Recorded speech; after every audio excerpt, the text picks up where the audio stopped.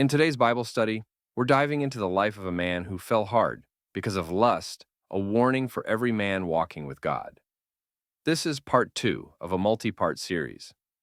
When we think of King David, we often remember him as a man after God's own heart. He was a worshiper, a warrior, a poet, and a king chosen by God himself. But David's story also gives us one of the most well-known and sobering examples of how lust can destroy a man's integrity, family, and legacy when left unchecked. David's fall begins in 2 Samuel chapter 11. At this point, David was no longer the young shepherd boy facing giants. He was the king of Israel, victorious in battle and established in his rule. But even in a place of blessing, he let his guard down. 2 Samuel 11:1-2. In the spring of the year, the time when kings go out to battle, David sent Joab and his servants with him, and all Israel. And they ravaged the Ammonites and besieged Rabbah. But David remained at Jerusalem. It happened late one afternoon, when David arose from his couch and was walking on the roof of the king's house, that he saw from the roof a woman bathing, and the woman was very beautiful. David was supposed to be on the battlefield. Instead, he stayed behind. That decision put him in a place of vulnerability. He saw Bathsheba bathing, and instead of turning away, he lingered. 2 Samuel 11:3-4. And David sent and inquired about the woman, and one said, "Is not this Bathsheba, the daughter of Eliam, the wife of Uriah the Hittite?" So David sent messengers and took her, and she came to him, and he lay with her. David ignored the warning that she was married. He took what was not his. The man, after God's own heart, gave in to lust, and that lust led to adultery. But it didn't stop there. When Bathsheba became pregnant, David tried to cover it up by bringing her husband Uriah home from battle.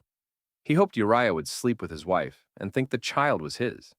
But Uriah was too honorable. 2 Samuel 11:11.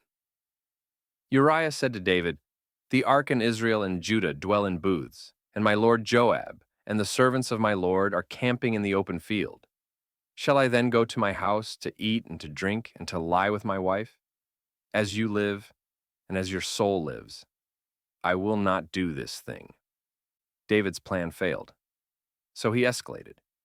He sent orders to have Uriah placed in the fiercest part of the battle and then abandoned. 2 Samuel 11:15. Set Uriah in the forefront of the hardest fighting, and then draw back from him, that he may be struck down and die. David committed adultery, deception, and murder, all because he didn't turn his eyes away when he first saw Bathsheba. The consequences came swiftly. In 2 Samuel 12, the prophet Nathan confronts David. He tells a parable about a rich man who stole a poor man's lamb. When David becomes angry, Nathan replies. 2 Samuel 12:7. "You are the man." David is crushed. He confesses his sin and repents. 2 Samuel 12:13. David said to Nathan, "I have sinned against the Lord." And Nathan said to David, "The Lord also has put away your sin. You shall not die." David was forgiven, but forgiveness didn't remove the consequences. Nathan said in 2 Samuel 12:10, "Now therefore, the sword shall never depart from your house." David's household suffered deeply. The child from the affair died. David's son Amnon raped his half-sister Tamar. Another son, Absalom, murdered Amnon. Later, Absalom rebelled and tried to take David's throne. David's family fell into chaos, and it all began with one moment of unchecked lust. This is the reality of sin. Lust never stays small. James 1:14-15 says, "But each person is tempted when he is lured and enticed by his own desire. Then desire, when it has conceived, gives birth to sin, and sin, when it is fully grown, brings forth death." David's story is a warning, but it's also a reminder of grace. He genuinely repented. Psalm 51 is his cry for mercy. Psalm 51 verse 1-4. Have mercy on me, O God, according to your steadfast love, according to your abundant mercy, blot out my transgressions. Wash me thoroughly from my iniquity, and cleanse me from my sin. For I know my transgressions, and my sin is ever before me. Against you, you only, have I sinned and done what is evil in your sight. David didn't hide from his sin anymore. He laid it bare before God. He didn't justify his actions. He begged for cleansing. And God restored him, though he still bore the scars of his decisions. Now, let's turn to the New Testament to see what Jesus said. In Matthew 5:27-28, Jesus raises the standard. You have heard that it was said, "You shall not commit adultery." But I say to you that everyone who looks at a woman with lustful intent has already committed adultery with her in his heart. David had already committed adultery in his heart when he looked at Bathsheba with lust.